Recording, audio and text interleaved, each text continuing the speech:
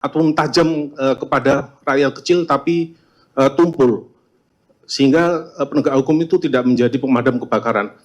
Yang pertama, bahwa Bapak Presiden sudah jelas di dalam arahnya kepada kita yang tergabung di dalam DES. Budi Gunawan ungkap Prabowo marah soal penanganan korupsi, minta ditindak tegas tanpa pandang bulu. Menteri Koordinator Bidang Politik dan Keamanan, Menko Polkam, Budi Gunawan mengatakan Presiden Prabowo Subianto benar-benar serius terhadap penanganan kasus korupsi. Budi menyebut, Prabowo pernah marah kepada Des Koordinasi Pencegahan Korupsi dan Perbaikan Tata Kelola.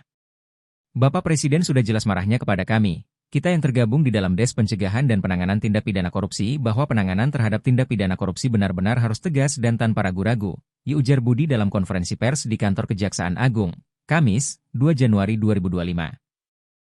Hal ini menjawab pertanyaan awak media terkait vonis 6,5 tahun penjara yang dijatuhkan kepada Harvey Muiz. Vonis tersebut memberi kesan seolah-olah hukum tajam ke bawah dan tumpul ke atas. Budi mengatakan, Prabowo sudah memerintahkan Jaksa Agung untuk mengajukan banding terhadap vonis Harvey Muiz. Komisi Yudisial juga kini sedang menggali dugaan pelanggaran kode etik terhadap hakim yang mengadili kasus timah. Yang pertama, bahwa Bapak Presiden sudah jelas di dalam arahnya kepada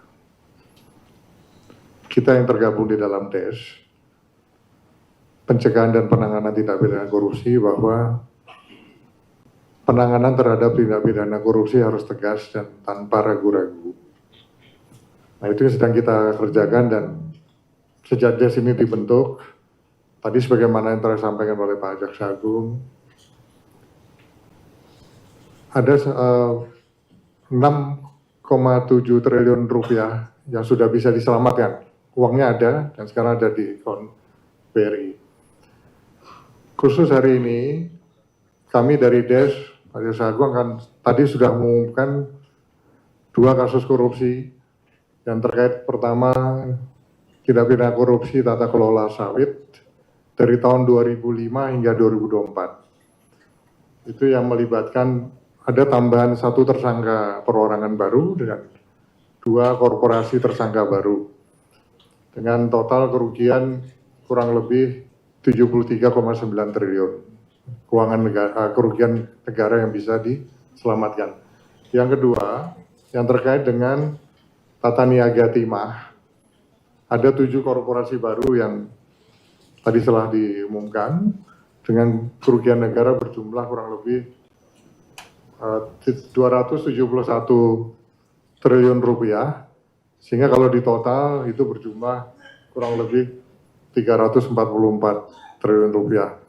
Ini sebagai wujud komitmen dari pemerintah. Jadi istilah-istilah yang katanya ada yang mengistilahkan kalau penanganan korupsi itu tajam ke bawah, tumpul ke atas. Tunggu saja, kita banyak nanti episode-episode berikutnya yang akan kita umumkan begitu. Ini baru awal ya, hasilnya sudah spektakuler. Tribun X sekarang menghadirkan lokal menjadi Indonesia.